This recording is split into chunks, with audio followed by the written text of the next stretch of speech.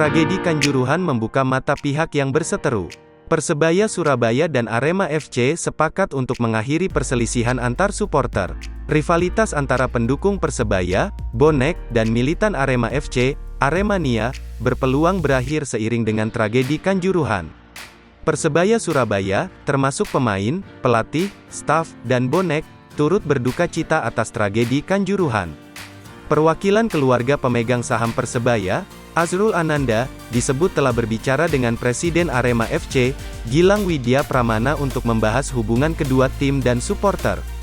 Persebaya dan Arema FC berencana untuk mendamaikan bonek dan Aremania. Keempat pihak juga telah menjadwalkan pertemuan untuk mengomunikasikan kemungkinan itu. Presiden Madura United, Ahsanul Kossasi, mendesak para pengurus PSSI mundur dari jabatannya buntut dari tragedi Kanjuruhan yang telah menewaskan sebanyak 131 orang. PSSI sebagai Federasi Sepak Bola Indonesia dinilai sebagai pihak yang wajib bertanggung jawab atas tragedi mengerikan ini. Mungkin ada yang tak sependapat dengan saya, tapi inilah sikap saya sebagai klub Madura United atas tragedi Kanjuruhan, ujar Ahsanul Kossasi. Tak perlu PSSI membuat tim ini itu. Serahkan saja kepada Kemenpora atau KONI selaku organisasi pemerintah. Libatkan penegak hukum dan FIFA untuk membuat investigasi atau langkah yang diperlukan, imbuh Kossasi lagi. Tim gabungan independen pencari fakta bentukan pemerintah untuk tragedi Kanjuruhan telah menggelar rapat pertamanya pada Selasa kemarin. TGIPF beranggotakan 10 orang yang terdiri dari akademisi, purnawirawan Jenderal TNI, wartawan olahraga, pengamat olahraga, hingga mantan pesepak bola. Poin pertama dari rapat TGIPF tragedi Kanjuruhan memutuskan untuk mencari akar masalah dan memberikan rekomendasikan untuk menghentikan perkara-perkara yang selalu terjadi. Poin pertama rapat TGIPF tragedi Kanjuruhan juga memuat rencana rekomendasi pemberian sanksi bagi pihak yang terbukti salah dalam insiden pada tanggal 1 Oktober tahun 2022 itu. TGIPF juga bersepakat untuk menyetop kegiatan sepak bola yang berada di bawah naungan PSSI untuk sementara waktu, termasuk Liga 1, Liga 2, dan Liga 3 2022 hingga ada keputusan dari Presiden Jokowi. Tim gabungan independen pencari fakta bentukan pemerintah untuk tragedi Kanjuruhan telah menggelar rapat pertamanya pada Selasa kemarin. TGIPF beranggotakan 10 orang yang terdiri dari akademisi, purnawirawan Jenderal TNI, wartawan olahraga, pengamat olahraga, hingga mantan pesepak bola. Poin pertama dari rapat TGIPF tragedi Kanjuruhan memutuskan untuk mencari akar masalah dan memberikan rekomendasikan untuk menghentikan perkara-perkara yang selalu terjadi. Poin pertama rapat TGIPF tragedi Kanjuruhan juga memuat rencana rekomendasi pemberian sanksi bagi pihak yang terbukti salah dalam insiden pada tanggal 1 Oktober tahun 2022 itu.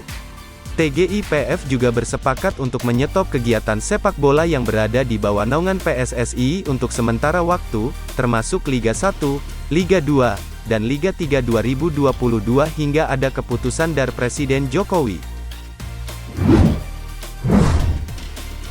Duka cita mendalam dirasakan striker asing Persebaya Surabaya, Silvio Junior, atas tragedi Kanjuruhan. Pemain berpaspor Brasil itu sebenarnya menjalani pertandingan yang penting dalam duel bertajuk Derby Jatim tersebut.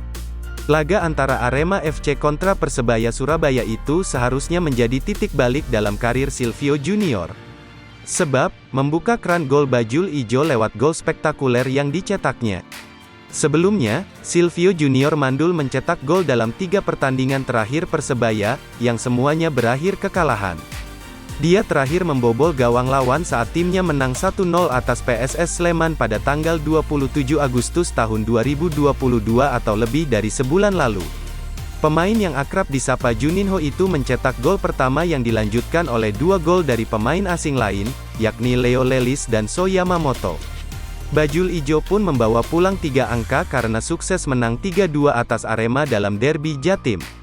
Sayangnya, hasil pertandingan inilah yang menjadi awal malapetaka yang diperbincangkan oleh seluruh masyarakat dunia.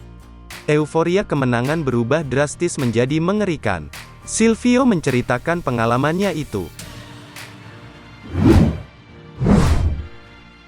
Vladimir Fujovic dan Ismet Sofyan memiliki hubungan yang menarik.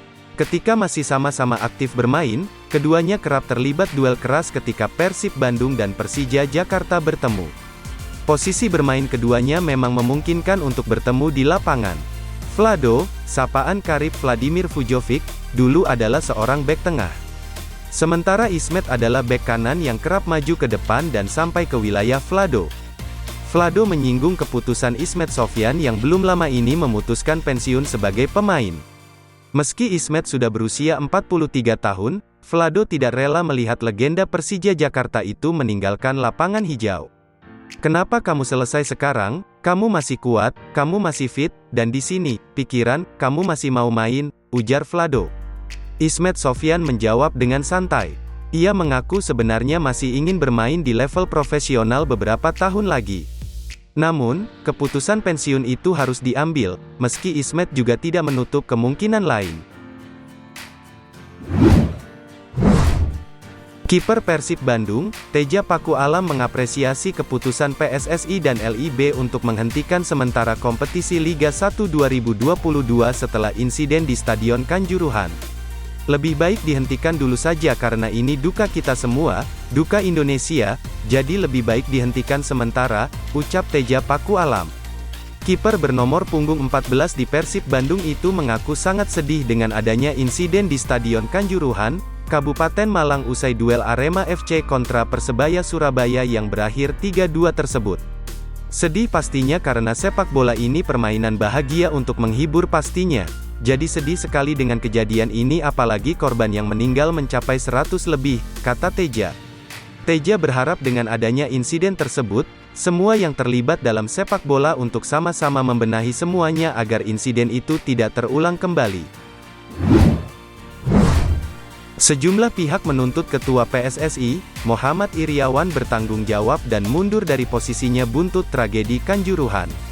Iriawan meresponsnya dengan senyuman dan mengisyaratkan menolak mundur sebagai Ketua PSSI yang telah dijabatnya sejak 2019. Soal desakan, "Semua orang bisa bicara apa saja," ujar pria yang karib dipanggil Iwan Bule tersebut di Malang beberapa waktu lalu. Tragedi Kanjuruhan terjadi setelah Arema FC kalah 2-3 dari Persebaya Surabaya di Stadion Kanjuruhan, Kabupaten Malang pada tanggal 1 Oktober tahun 2022 malam lalu. Sedikitnya 131 orang tewas dan 300-an lainnya luka-luka akibat peristiwa yang paling parah dalam sepak bola Indonesia tersebut. Presiden Madura United, Ahsanul Kossasi menganggap bahwa PSSI wajib bertanggung jawab atas tragedi Kanjuruhan dan semua pengurusnya harus mundur.